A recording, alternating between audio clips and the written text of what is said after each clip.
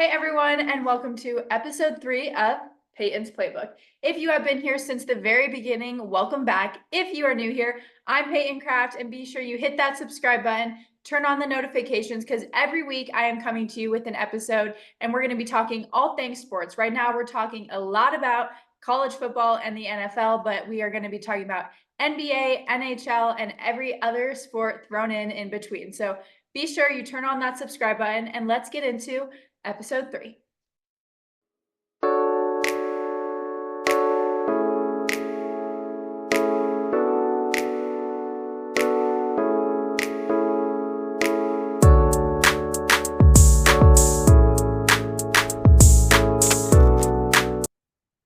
All right. Well, you can't talk week 2 college football without talking about the Texas versus Michigan game. Texas won 31-12, a dominant win over Michigan. Texas moves from 3 to 2 in that AP top 25 poll rankings. But that was just a complete dominant win. I think a lot of people saw Texas winning this game, but not to that extent. You know, they had it being a closer game, Michigan hanging in there for a little longer. But Texas didn't even let Michigan score a touchdown till later in that fourth quarter. So again, 31-12 at the Big House. It was the first time Michigan was underdogs. They were 7.5-point underdogs at their home stadium. And well, Texas did not disappoint. They obviously have Heisman hopeful as quarterback Quinn Ewers. He threw for 246 yards, 3 touchdowns, and completed 24 of 36 passes. All the stars were out. You know, you had Matthew McConaughey there with Fox Big Noon Kickoff, Michael Phelps with ESPN's College Game Day. So this was the game of the week, and I think a lot of people saw it being a lot closer. I know I saw it being a lot closer, but I did have Texas winning this game. They didn't just win though, they dominated. You know, I think Texas for sure is a true national title contender. I mean, in week 1, you know, they played the Colorado State Rams. Obviously, you know, they paid to play that team, but that was also a dominant win over them, 52-0 in that first week. And well, they did it again, a 31-12 win at the Big House in Michigan, and that is hard to do. So I do have Texas kind of, they are in my top 4. If not, I know Georgia right now is number 1, Texas is number 2, but from what I'm seeing, I see Texas taking that top spot pretty soon. I still have, you know, there's a lot more to see with Georgia, but Texas is definitely up there in that top 4 ranking for me. And then, of course, you have to talk Georgia. Georgia, the number 1 team right now. They've kind of been flying under the radar. They played Tennessee Tech, and for the second straight week, they've only allowed 3 points. Like I said, though, they're not playing these big, you know, the Michigan-Texas game. That was a big game. Georgia's been kind of staying in that number 1 spot, flying under the radar, but they're still being dominant in football on both sides of the ball. Again, second straight week, they've allowed 3 points. Georgia won that game. They 48-3. Yeah, that's a 48-3. And then they have yet to give up a touchdown on defense. So again, flying under the radar, still being dominant on that side on both sides of the ball, offense, defense. Not allowing a touchdown is incredible for any college football team. So they won that game 48-3. First week, remember, they beat Clemson, so that was a big win for them. I just don't think Clemson was ready to play them yet. So I'm not discounting that first win against Clemson, which was 34-3. But this week it was kind of just you know, they were favorites going into this game. You had them winning. If they would have lost this game, there would have been a lot more to talk about. But again, 48-3 against Tennessee Tech. So that was a good win for them. They're staying in that number 1 spot. Texas is at number 2. Then you had Oregon. The first week, I think on my podcast, I said their win was uninspiring. Not a lot to see, not a lot to talk about.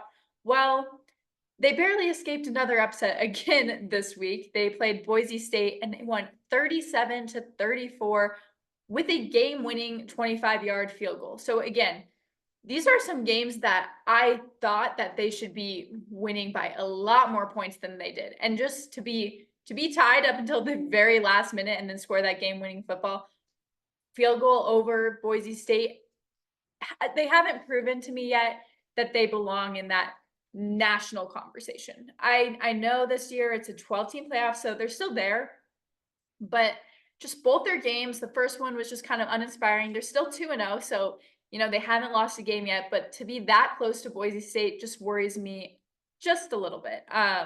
Again, 37-34 on that game. Then you had the Penn State Bowling Green game, 34-26, Penn State. They trailed though at half, 24-20. So not the you saw them in the first week. They seemed pretty dominant on that defensive side, offensive side. This week they started trailing, but then of course came back, won that game 34-27. So Penn State, they go 2-0 now. And then you have Ohio State. So again, we have Georgia, then we have Texas, and Ohio State right now. Texas took that spot. So Texas flipped. They were third, went up to 2. Ohio State went from 2, went to 3. Ohio State did win, though, against Western Michigan, 56-0. They had 6 rushing touchdowns. So great win by them. It's just that Texas-Michigan game, you couldn't discount that game. You had to, from the dominant performance that Texas did have over Michigan, they took that spot and just switched Ohio. Again, still week 2, doesn't mean a lot, but that is why Ohio State, they flipped. Still a dominant win by Ohio State, just they weren't playing the team, you should say, that Texas was playing. So kind of getting into just a few more games. You had Tennessee versus North Carolina State, 51-10. So you did have these huge wins, but they were supposed to win, right? These were teams that were favorites going into the week. You had people taking the points for them, which were anywhere from 20 to 30, right? So these were teams that were supposed to win. Tennessee jumped to number 7. So again, 51-10, Tennessee versus NC State. Another team that was supposed to win was Notre Dame. They were 28.5-point favorites in week 2 against Northern Illinois. Again, Notre Dame versus Northern Illinois, played in Notre Dame, 28.5-point favorites, and they lost. They didn't lose by, it wasn't a 40-50, they didn't score a lot of points. They lost by 16 points, 16-14. That was the total score of the game. Northern Illinois won. It was the very first time in history that Northern Illinois beat a top 10 opponent. Out of 0, there were 0 for 14 in top 10 opponents. They got paid to play this game. That's what you have to remember. Northern Illinois was a team that Notre Dame paid to play because they just wanted that win on their record. And unfortunately, it didn't go their way. Notre Dame now sits at 1-1. And to me, this loss completely disregards the win over Texas A&M. They won to Texas A&M, if you don't remember, first week, 23-13. And then this week they lose 16-14 against Northern Illinois. Like I said, if you took Northern Illinois to win this game, you had plus 28.5 and they won by 2 points, 16-14. Notre Dame at home dropped 13 spots to 18. So again, Northern Illinois is a Mid-American conference, so it's not a team that you are expecting at all to beat Notre Dame, especially after watching them in week 1.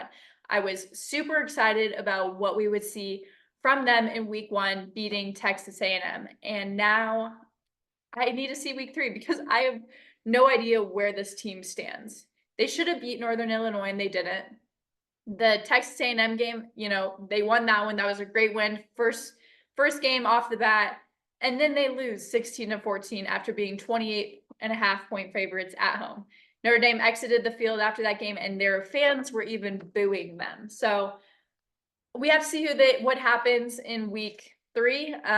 But that was the major upset of the week. Again, you had the major win of the week, which was Texas-Michigan. The major upset in my idea was Notre Dame versus Northern Illinois. Again, Northern Illinois won 16-14, and they received $1.4 million to play and win. So they got the money and they got the win. Kind of best of both worlds for them. They're definitely living on a high right now. In other kind of games that got played, you had Illinois versus Kansas, 23-17. Star quarterback Jalen Daniels turned the ball over 4 times. He had 3 interceptions and 1 fumble, 18 for 32 for 141 yards. So again, Illinois ends up winning that game 23-17. And then you have another rival, a game that kind of No one really knew what was going to happen. All rival games, you just never know, right? You have this week Colorado State versus the CU Buffs. Last year, this Colorado State almost beat CU. So rival games are especially special because you never really know what's going to happen. You obviously have probably one team is better than the other, but you have fans from both sides. It's kind of a neutral playing field in terms of fans because you're in the state. So you had Iowa State versus Iowa. Iowa is ranked 21 and Iowa State won 20-19 with a last second field goal, a 54-yard field goal by Iowa State to get that win. It's a third win in a series of over the last 10 years. So over the last 10 years, normally Iowa wins this game. Well, not this year. Iowa State won that. So that was a fun game for them, 20-19. Fun game to be the kicker. Iowa State did trail, though, 13-0 at a half. So all credit goes to Iowa State. I mean, trailing 13-0 and then coming all the way back to win 20-19 in the second half is definitely a statement from them. And again, rival games are the best games. That's why I am excited for this week. You have a lot of in-state rivals. I'll get to that later in the podcast, but lots of exciting in-state rivals this week. So then you have Alabama. They're number 4. So right now the top 4 sits at Georgia, Texas, Ohio State, and then Alabama. Alabama beat USF 42-16. They led 14-13 heading into the fourth quarter, though. So if you heard that, 14-13, and then they ended up winning 42-16 heading into the fourth quarter. They scored 28 points in the fourth, and then of course it was a very special moment. At Alabama, you had them renaming the field to Saban Field at Bryant-Denny Stadium. Nick Saban was there. They had a huge showing, so that was definitely a fun game to be at. And I mean, Nick Saban is one of the greatest of all time in college football coaching, so that was really special to see. Obviously, you all know he's no longer the coach there, but now he has a stadium named after him. So that was really fun. And of course, cherry on top of it, Alabama beats USF 42-16. Then you have kind of just getting into the lower half of the top 25. You have Oklahoma versus Houston. Oklahoma's 13. They won 16-12 at home. They scored 2 points in the second half. You have Oklahoma State, which is 17 versus Arkansas. 39-31 win in double overtime. Oklahoma trailed 21-7 at the half, but ended up pulling out that win 39-31. And then we have to talk about the Buffs.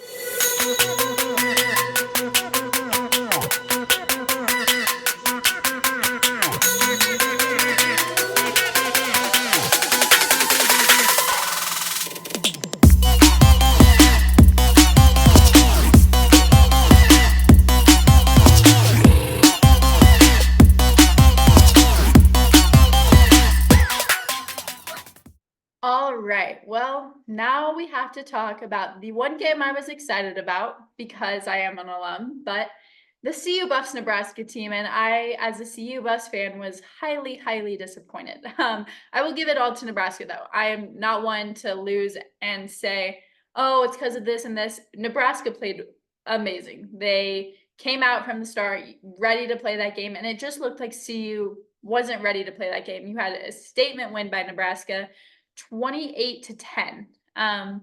It was a rival game, of course, so Nebraska was favored to win that game. It was in Lincoln, Nebraska. They were 7.5-point favorites, but I expected this game to be closer. I was worried we wouldn't win the game, but I did not expect a 28-10 win by Nebraska. The defense for CU had a very slow start. They could not stop the run game for Nebraska. And that is something that CU Buffs didn't even have. CU could not get their run game started, and that's all Nebraska was doing. They were running out the clock, scoring while running, and CU just never could get that going. And that's what worries me. The CU Buffs play Colorado State this coming week, and that is what worries me about that. Colorado State has a great run game, and what I saw in the first half was our CU Buffs defense not being able to stop that. So Shedeur Sanders, he had, like, for the game, he had okay kind of stats. He had 23 for 38 completed passes.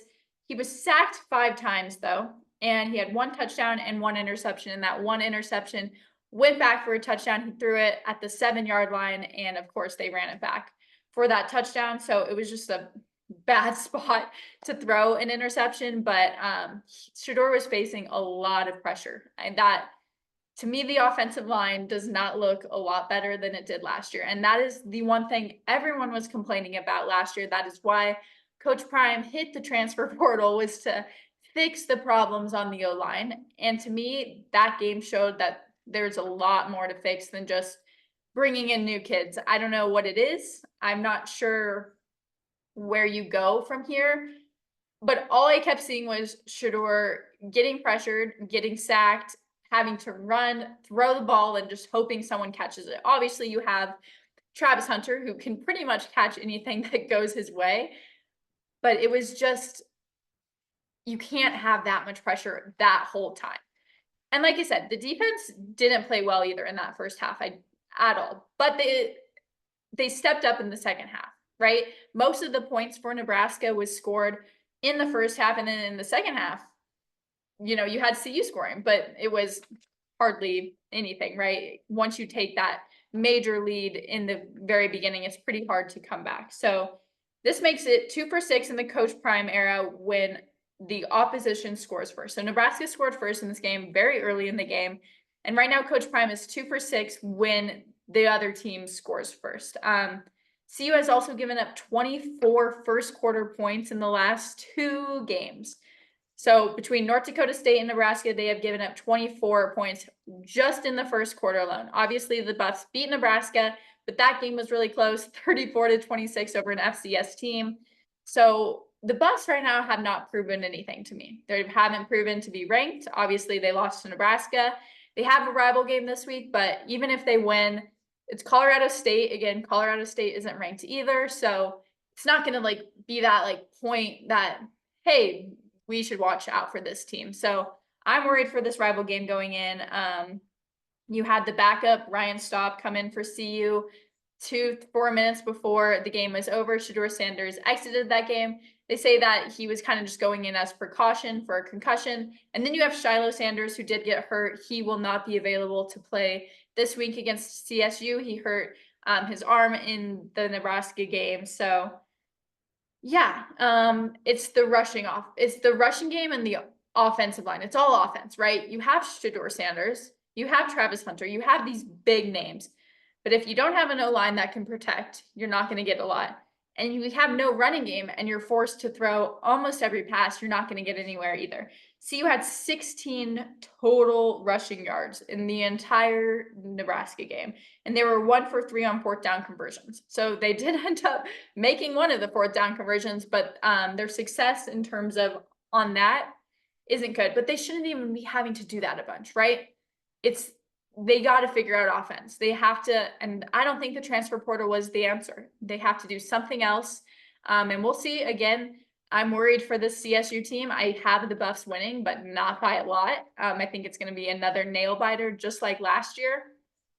But they have to figure out their offensive line, and they need to figure out how to run the ball, because 16 total rushing yards is it's just not great, right? You don't want to see that from a college football team. So again, Nebraska wins that game 28-10, and the Buffs fall to 1-1. We'll be back on the road in Fort Collins. So still in Colorado, in Fort Collins for this coming week. And then you have CSU versus UNC. That's who they're playing this week. CSU lost. Again, if you saw the first game, they got played to play Texas, and they actually lost, unlike Notre Dame and Northern Illinois. But they lost 52-0 in week 1. Again, they were supposed to lose that game, right? That wasn't a game a lot of people were taking CSU to win. They hung in there for the first quarter on that for week 1, 7-0 at the end of the first quarter. Then Texas just took off. I mean, you can't blame them. Texas is ranked 2. But then CSU this week played University of Northern Colorado, and they won 38-17. So both teams are 1-1 heading into week 3 of college football, and we're just going to have to see. But it's a rival game. We all know what happened last year. The Buffs won in overtime, so just a lot. Buffs won that in double overtime, 43-35. So it was a big, big scoring game. Lots of offense, not a lot of defense, 43-35. But it took them 2 overtimes to pull out that win. Again, that was when CU was 2-0 heading into that game. So right now, both teams 1-1. We'll just have to see.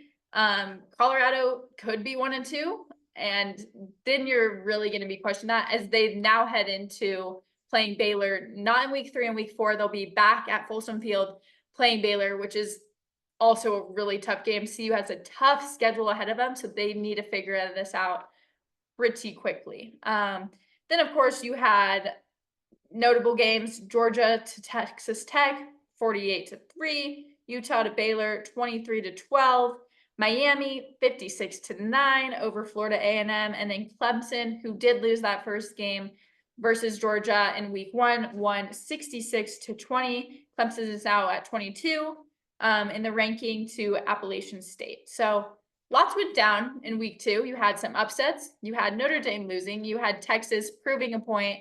The CU Buffs continuing to struggle as we head into week 3. So lots of games that are going to be played, though, this week that they're not on paper. It's not like, wow, that's the game everyone needs to watch. But we have a lot of rival games. And like I said, rival games can go anywhere. You have obviously Washington versus Washington State playing. Again, Washington is 4.5-point favorites. You have Colorado versus CSU in the Rocky Mountain Showdown. Colorado is favored by 7.5 points. That's this Saturday, and it's the first time since 1996 that this Rocky Mountain Showdown will be played in Fort Collins at the CSU home stadium. And then you have Boston College versus Missouri. Right now, Arizona versus Kansas State. Both those teams are 2-0. And then Alabama is a big road favorite. That's the game a lot of people are just going to be watching against Wisconsin right now. So kind of rival games. You got some big games, nothing crazy. You don't have the Texas-Michigan game that everyone was watching, but you got Oregon, Washington, and Colorado both having in-state rivals. Again, Alabama, that's going to just be a game to watch versus Wisconsin. Arizona and Kansas State, both those teams are at 2-0 right now. And then you have Texas versus UTSA. That's a game that Texas is favored by 34.5 points. So I think I'd take that by how Texas is playing right now. We'll have to see if there's any major upsets, but right now I have no major upsets this week. Again, lots can happen, lots more football to be played. It is week 3 coming up, which I'm excited about. Lots of rivals, so we'll just have to see. But be sure you guys hit that subscribe button, turn on the notifications, because I will be coming to you later this week with some game day predictions, a recap of what the Rocky Mountain Showdown for the CU versus CSU game will be, because I will be in attendance for that game, and lots more to come on this podcast. So thank you so much for watching. Be sure in the comments below, write what team you guys are excited for, any upsets you guys might see coming, or just what you're excited about going into week 3 of college football. So thanks for joining me on Payton's Playbook, and I will see you next time. Bye.